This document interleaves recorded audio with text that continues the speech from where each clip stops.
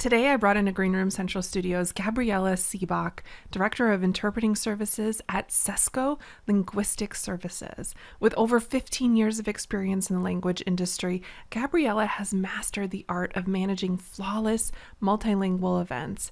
She applies her expertise to helping others reach linguistically diverse audiences and create inclusive multilingual events.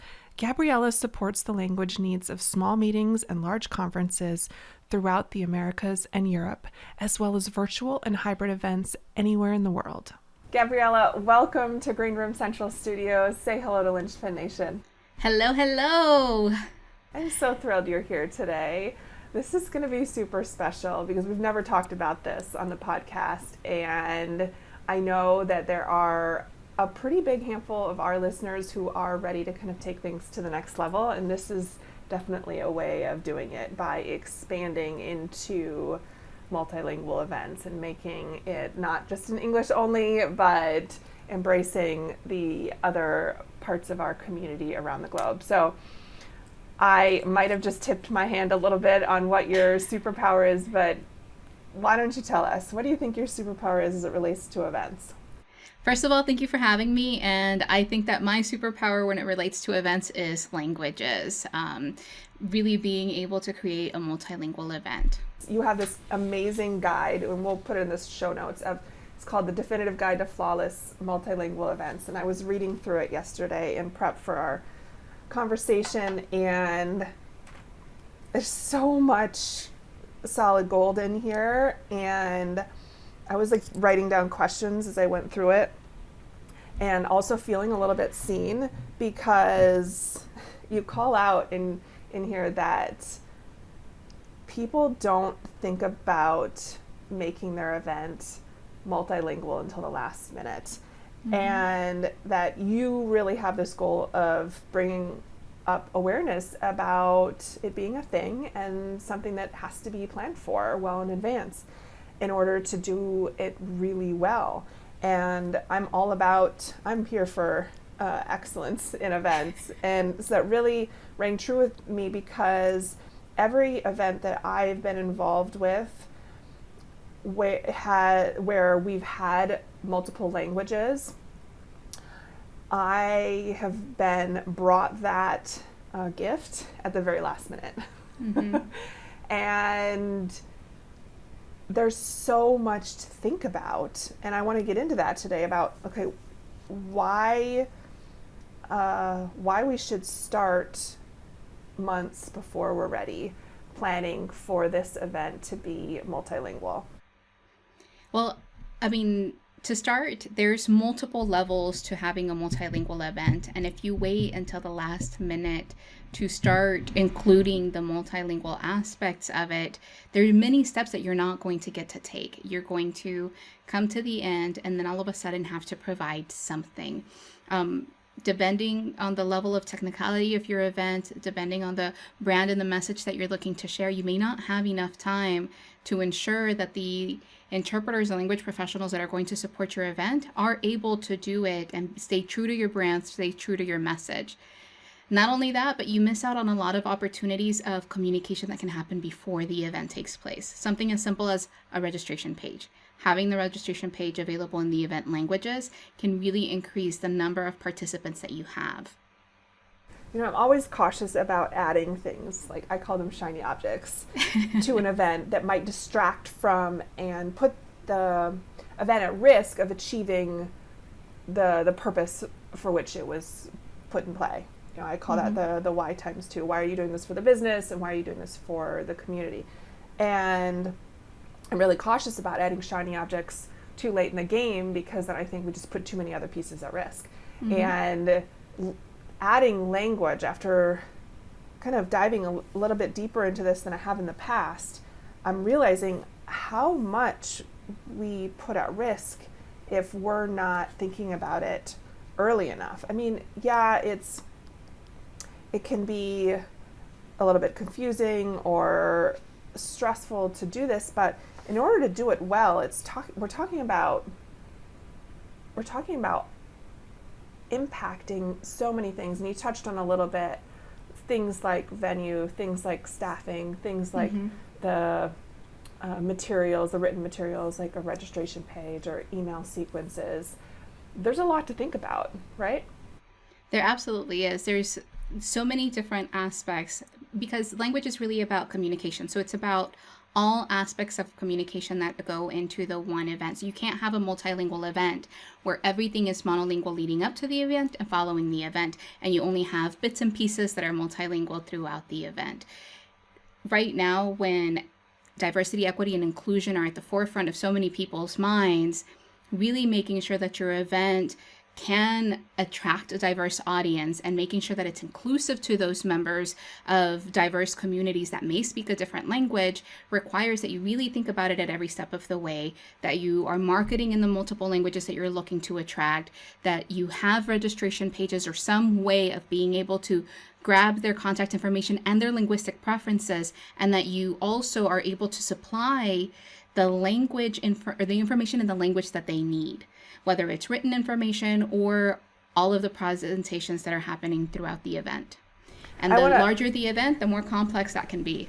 Yeah, I want to jump in and underline what you talked about there about stages. So we've got all of these different stages of the process, right? We've got like the selling of it, the marketing, and then we've got the registration piece, and then we've got the communication piece leading up to the event to ensure that the people who decided to register actually show up and are excited to do so and prepared to do so.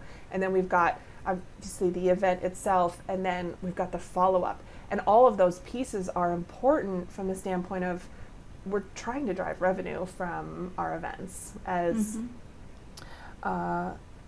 that's like the biggest reason why entrepreneurs are adding this to their businesses.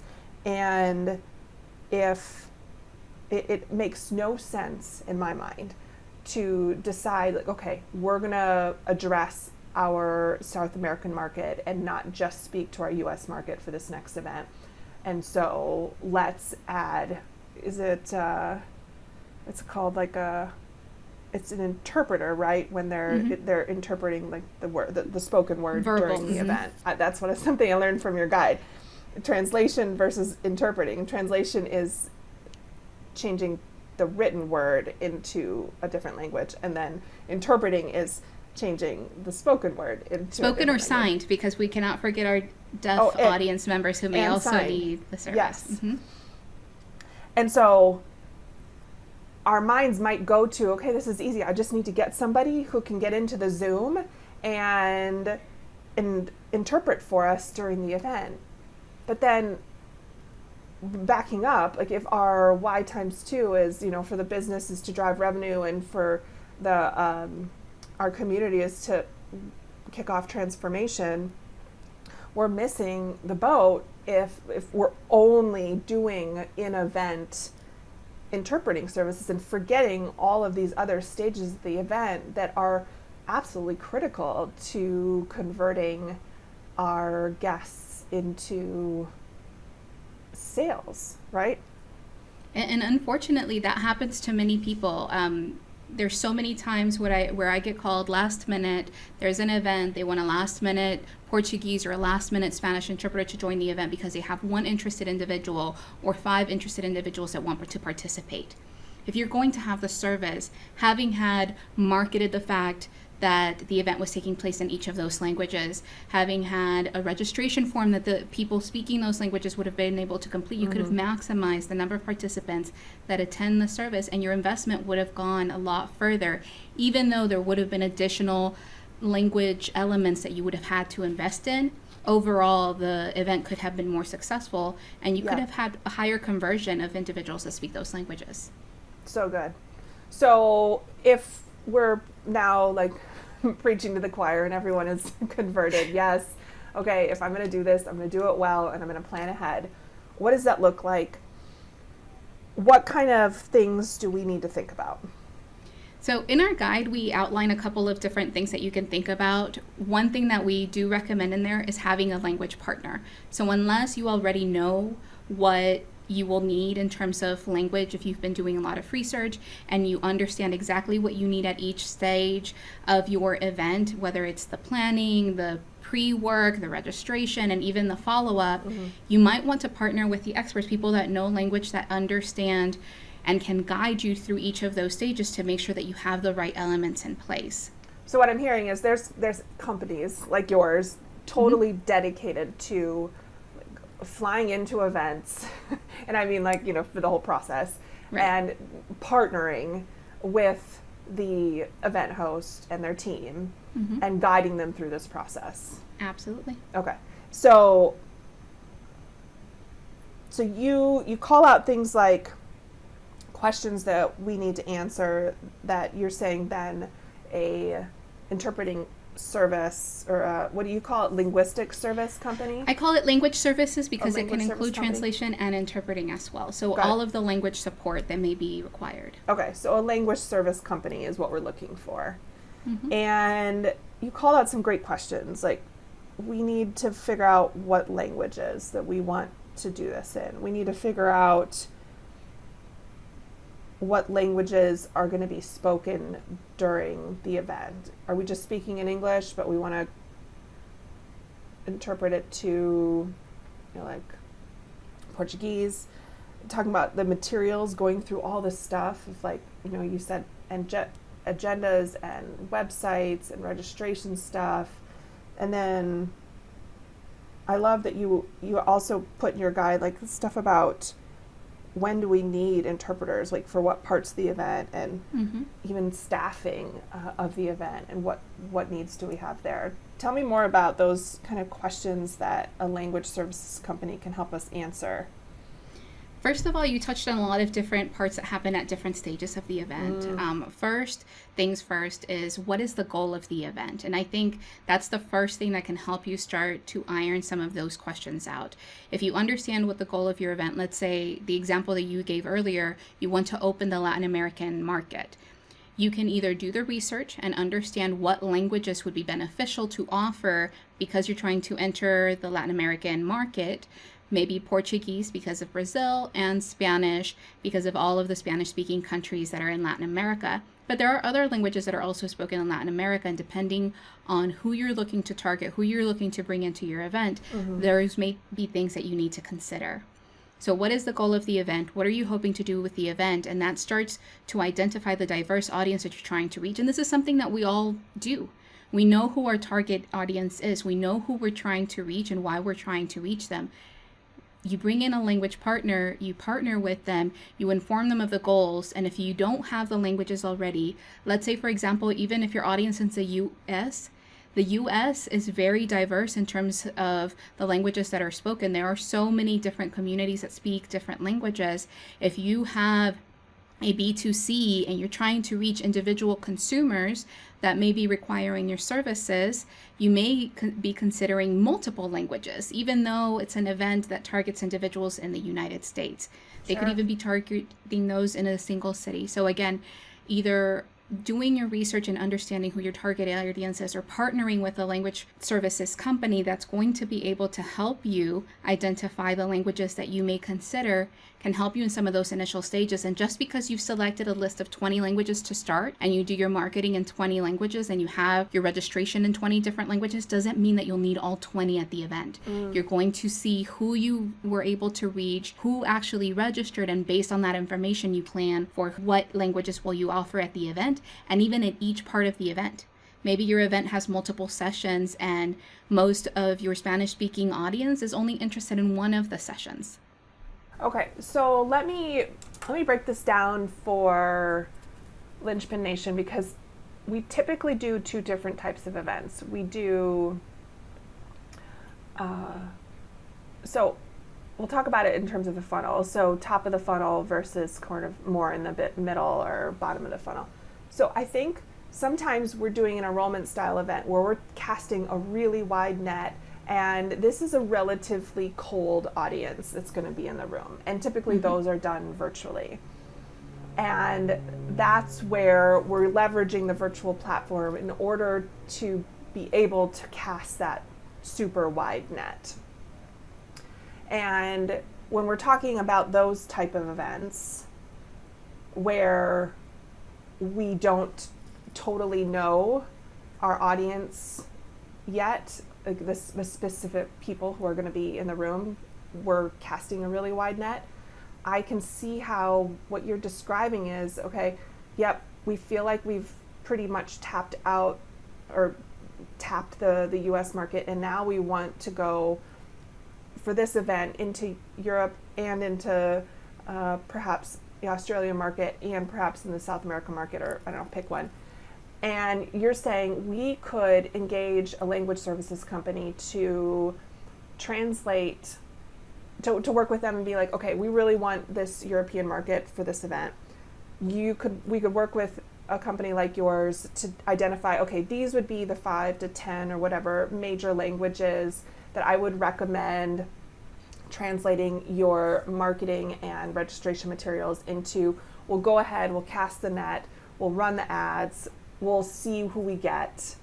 And then you're saying at that point, we can pause and say, okay, we marketed in 5, but really 2 were the predominant in terms of who we've got now in the room. And so now we go forward from that point and only translate in those couple of languages and only provide interpretation services during the event in those languages. Am I tracking? Correct.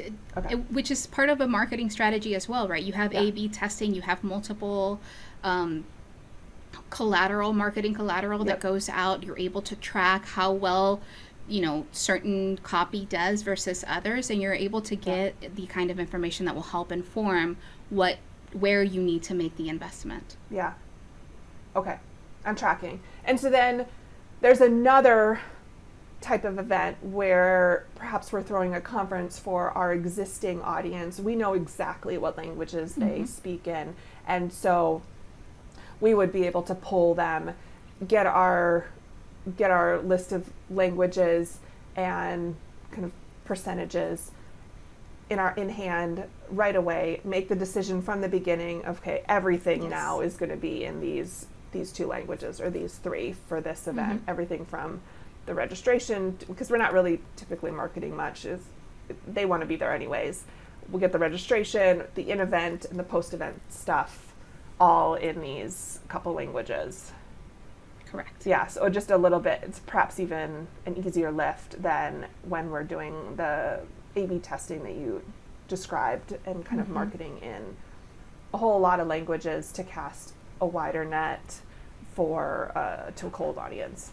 So, oh, that's so cool. I love that. I'd never thought about it that way, that we could choose that wider net of more languages for the marketing side of things at the beginning, and then use that as a test and then kind of narrow down from there.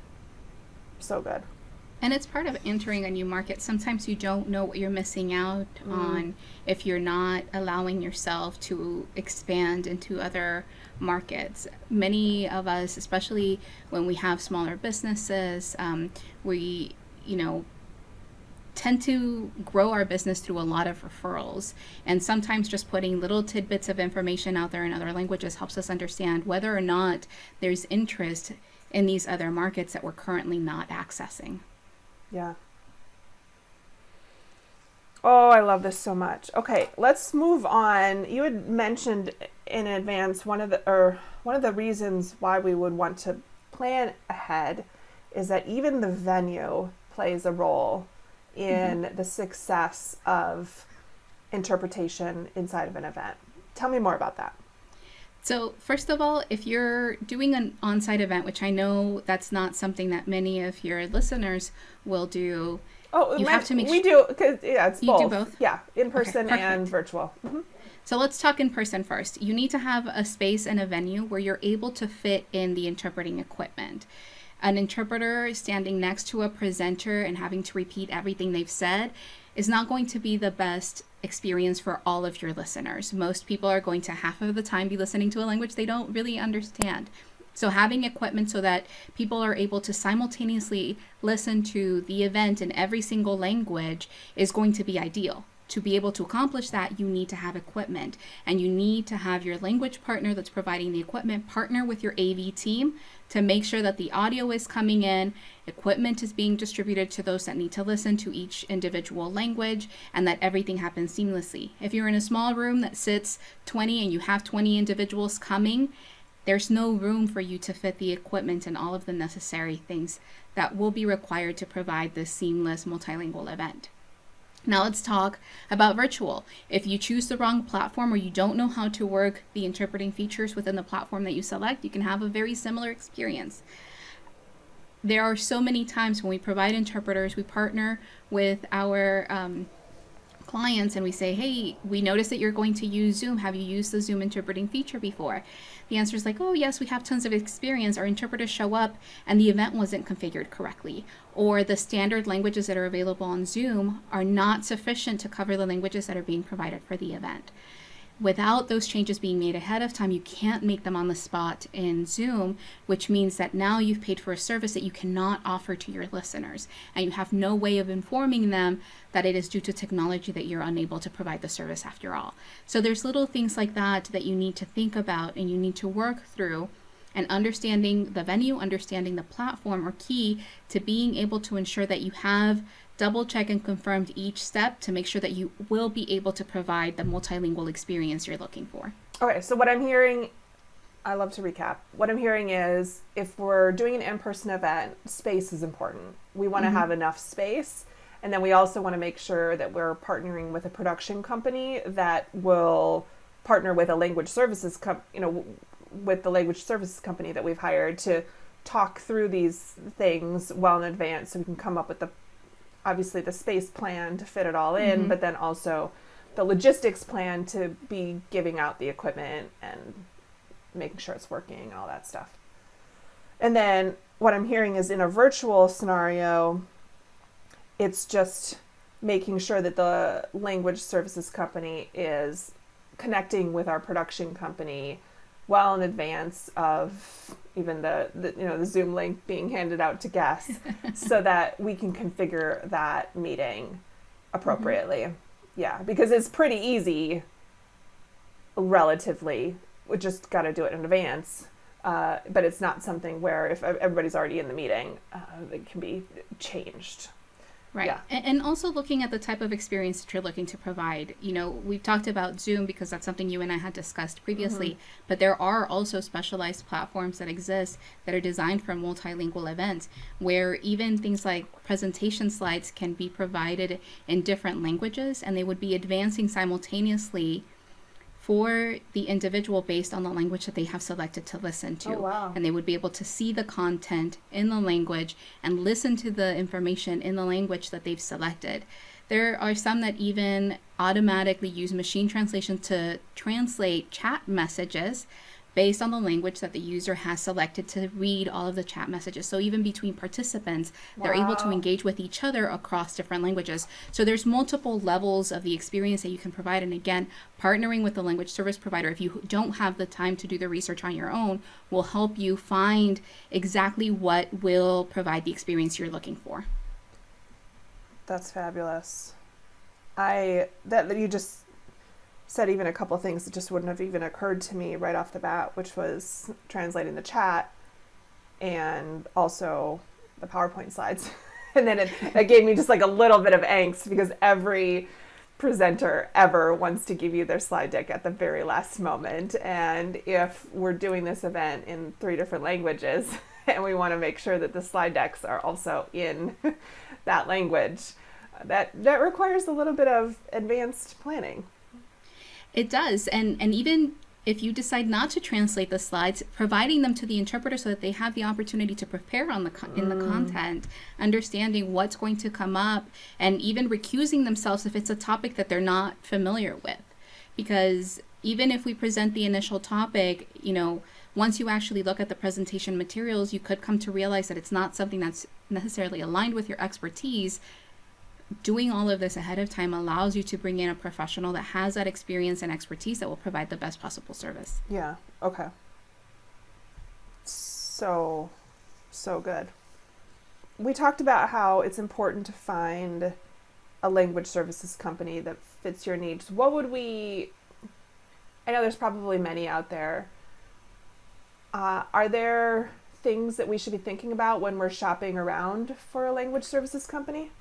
Absolutely. I think one of the biggest things to look for is experience. When you go and you shop, there are so many different language services companies that exist.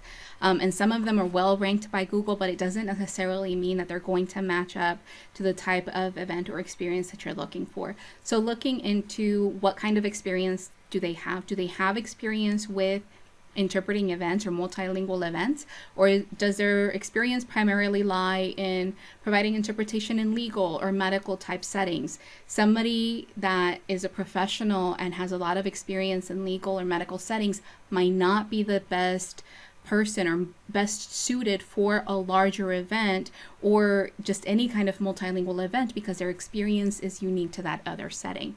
Sure. So looking at things like that, experience, how many years of experience, whether or not they've worked, if you're doing a virtual event, are they in the virtual space? If you're doing an in-person event, are they in the in-person event space? Do they have equipment? So if you're partnering with a language service provider and they have the interpreters, but they don't have the necessary equipment, that means that another person, another company will have to be brought in. And it could be somebody that you manage or that they manage. So looking at those different elements and understanding how much do I want to do and how much do I want them to do, and do they have the knowledge and expertise to do it? Yeah, and I'll just like slide into coaching mode here. I would advocate that if you're looking to hire a language services company, that you find one that is as full service as possible, so that it's taking requires less of a lift on your plate inside of the business. You just like, there's too many other things to be focusing on, and I would advocate that you find a partner that knows what they're doing and has kind of the full menu of options that they can offer, so that you're not having to piece together a solution. It's like why people advocate for using Kajabi. And of course, I'm a massive Kajabi fan, because it's all under one roof as you're getting started. You don't need to think about piecing together different pieces of technology, one to host your email and another to build your funnels and another one to host your website and another to host your community and another to host your podcast. It's like all under one roof. That's kind of the way you should be thinking about hiring a language services company. Like, find somebody who is coming to the table with everything that you need. Yeah. And I would agree. And I think most event professionals and even entrepreneurs that are looking to take on the event planning on their own, that's what they're looking for. They're looking for those that have the skills to be able to cover all of that aspect of the event, so that they can really focus on the content, so that they can really focus on the one area that they need to prioritize. Yeah. And so to drive this home, we're looking for a language services company that can translate all of our written materials, can provide interpreters for any live interpreting that we need done, has the equipment that we can rent, has the ability to coach and partner with our production company to give them the advice they need on setting up a Zoom, for example, or advising us on space needs inside of a venue. That's kind of the range that we're looking at, right? Absolutely. And also make sure that they provide the languages that you need. There are some companies out there that only provide one language or only provide two languages. If you need, for example, American Sign Language and Portuguese, you want to make sure it's a company that will be able to provide both. Okay. Otherwise, you also have to be coordinating between multiple service providers. Okay. Very good advice. So let's talk a little bit about the materials piece. This was surprisingly eye-opening for me. I think it's just something that I don't think about all day, every day. And so when you brought up that we need to have the materials in the right languages, give me just a smattering of examples of what we're talking about. I know we've talked about the registration site and emails, but chat. What else are we talking about here? Well, let's start with the on-site events, right? It's an on-site or maybe even a hybrid event, and you have people that show up, they only speak Portuguese, which is the language that we keep going back to, but all of your signage, the arrows that are pointing people to where to go, the program and agendas that are on next to the doors, all of the information is only in English. You're going to have individuals that are not able to navigate your event very well. Our offer forms, those are very important. Offer forms, yes, offer forms. We talked a little bit about slides, but even slides, and sometimes you don't have to have the full slide projected in the language. You can have a QR code. Hey, if you want to follow along in Spanish, scan this QR code and open up the slides or keynotes on your phone, and that's where the important links are, and that's where the important information is going to be, so that your audience that speaks other languages is able to access the event at the same level that someone who speaks the primary event language is able to access it. Yeah. In every piece of that registration site, from presenter bios to the schedule to even social media content probably too, right? Even your website, to be honest, if you're looking to have a large event to bring in more customers, or even to sell, upsell to existing customers, making sure that they're able to access the information that they'll need to access, not just landing pages for the specific content that they're sharing, but some of those other key pages that they might find themselves navigating to could help you grow the number of people that convert. Yeah. Okay. And then let's talk more about the marketing piece. So we talked about social media, we talked about the registration, but obviously we're probably also talking ads, right? Ad copy. What else? Emails. I think that's one thing that a lot of people forget. They think about the ads and the banners and the posters and the flyers, and they forget about the copy and the email. And if somebody doesn't understand even your subject line that arrives in their inbox, they might never open up your email. Right. So we just have to think, like, every piece of the marketing funnel needs to be translated into the other language. Yeah. Okay. It's just a different lens. And of course, like, I'm big on follow-up. And so all of those materials, if we're planning on using event follow-up to close sales or to nurture, those need to be in the additional languages as well. Let's shift over to event team.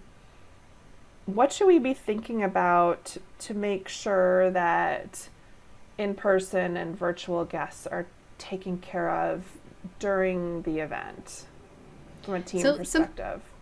That's a great question, because this is something that we cover in our guide, and it was a little controversial because as a language company, we really have nothing to do with your staff, your team, the people that are going to be there to greet your guests, but people like to hear their language. I know many times we see, foreign delegations that go into a country, and even though they don't speak the language, they'll offer a greeting in that language.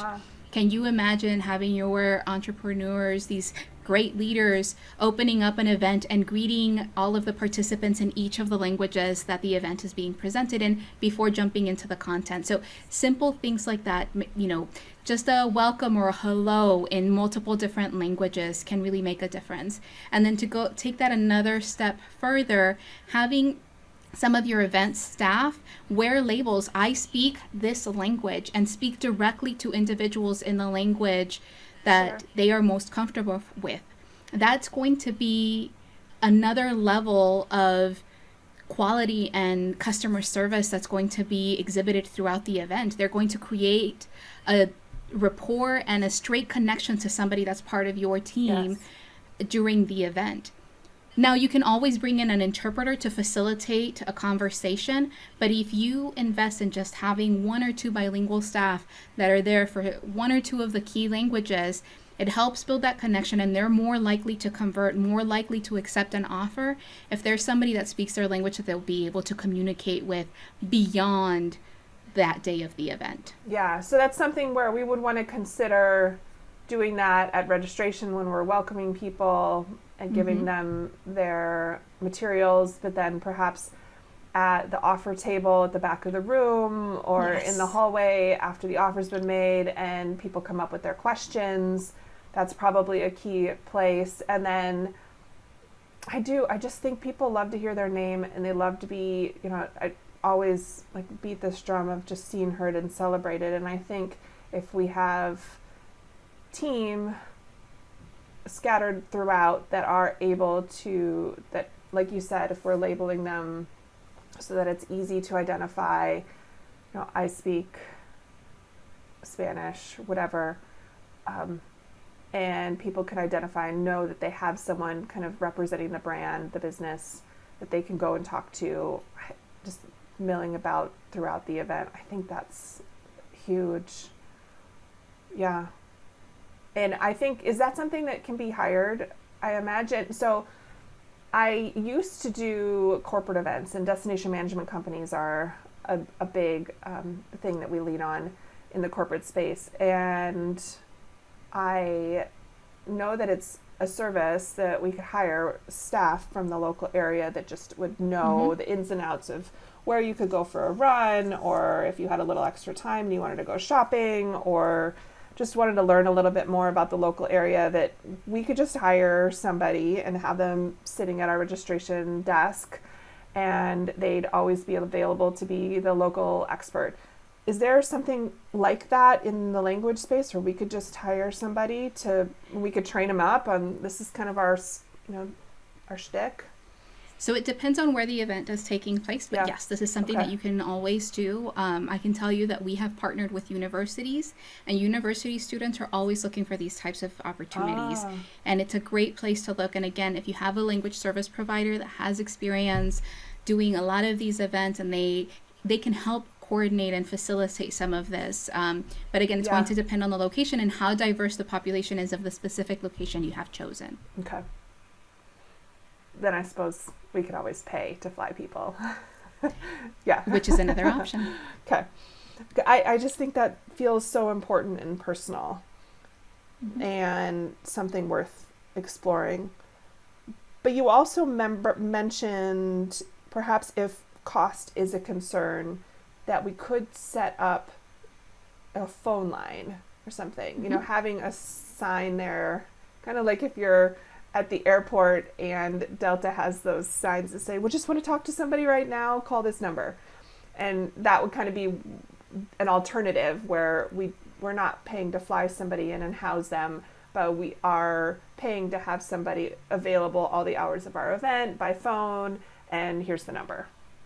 Yes, and there's a couple of ways to go around that as well, or about that. You can either have somebody that has been trained in the information that you are looking to provide that's available to provide it in that language. A couple of scripts can go a long way, but it could be a little complicated if they have to talk a little bit more about your offer and the things that you, beyond the scripts that have been provided. You can also have an interpreting line where you call in and you have the other individual with you, and you are the one explaining your offer, explaining the event, explaining your content, your 30-second introduction, and you have somebody that's interpreting it for you. Yeah, that's common in the virtual space where they'll make an offer and then there'll be another Zoom that people can go into and meet one-on-one with someone representing the company, and they can ask their questions about the offer. And it would be very easy then to leverage Zoom's interpreting services and have an interpreter in there and interpreting for that one-to-one conversation that's been happening.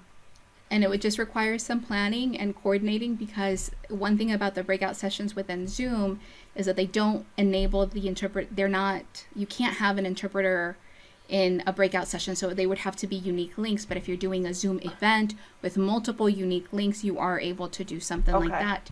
And you can even have the interpreters be flagged to join one room versus another, depending on what room needs the service. Okay.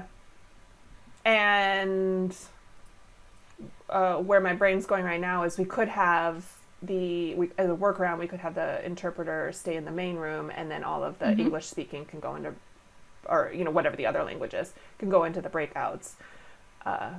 Another thought that's coming to mind is if cost were a factor and we couldn't fly an interpreter in to sit at the offer table, we could have like a Zoom station set up right there where we have somebody interpreting. We have a virtual team member and an interpreter all in that Zoom, and they can have their conversation in a Zoom instead of while still at an in-person event. And Absolutely. That could be a little less expensive, of course, than flying them in and housing them. One of the biggest challenges for those kinds of setups is sound. So making sure that maybe there's specific tablet or computer stations with headphones. Or specific rooms. So a specific meeting room, but it's really a virtual meeting room where the individual goes in and they're virtually meeting with the interpreter and a representative that's going to be able to share the information. Sure. Oh, that's fabulous. Yeah, that's a great, like, lower cost alternative while still serving the people who are in the room really well. Yeah. Oh my gosh, we've covered so much today, Gabriela. Is there anything that we haven't touched on yet that you want to make sure we get into Linchpin Nation's hands before we're done? I think we covered everything. One thing that I will say when including, deaf or hard of hearing individuals, sometimes we forget that there are unique needs associated with that, and partnering with a language provider can also be very helpful in that, not just to acquire the interpreter or the closed captioner, but to also help orient what's the best way to broadcast the closed captioning, what's the best way or best location for the sign language interpreter. You wouldn't imagine the number of events that I see where the sign language interpreters are on the ground, so their visibility is so limited, only people seated in the front 4 seats are able to see the interpreter. Anybody else who's deaf or hard of hearing will have to come to that area, otherwise they won't have access to the event. So little things like that, having a partner can really help you overcome some of those challenges. And you can always ask your audience. If you have deaf individuals or even Portuguese speakers, Spanish speakers, asking them what would be your preference, what would you like to see, can give you a lot of insight as to what you should be providing for the event. Yeah, because I'm guessing that if people are raising their hand to come to an event, they're probably well versed in having done this before, and they kind of have preferences about how they love events to be interpreted and translated for them. That's a and if great they've idea. made a request and you fulfilled it, gives them one step closer to saying yes to your offer. Yes, so good. I'd love to know, what are you reading right now? Random question, but I always love to end with this. That is a random question. That is a random question. I am actually a big nerd, so right now I'm rereading the social linguistic process model developed by Dennis Coakley, who it's a model for interpreting. I do a lot of training of other interpreters, and as I prepare content, that is what I read. But I do have a couple of books that are sitting in my to-read list that are more for pleasure. I just haven't gotten around to them yet. So good. Okay, well, tell us, what have you got going on right now that we should know about, and where can Linchpin Nation find you? So you can find me on LinkedIn, Gabriela Siebach. I'll make sure that you have the link to be able to find me directly. You can find a lot of information about multilingual events on our website. We have a blog where we're constantly publishing new and updated information that relates to the guide. And you can also find the guide on our website at www.cescols.com. Okay, awesome. Thank you so much. I am Thank you, Sarah. just thrilled that we had this conversation today and grateful that our paths crossed and we met, and I've now got a language services company in my back pocket, and awesome. Thank you so much for being here today. No, thank you. I hope that Linchpin Nation was able to find this information valuable, and don't hesitate to reach out if you have any questions. Take care. Thank you. You too. Thank you, Sarah.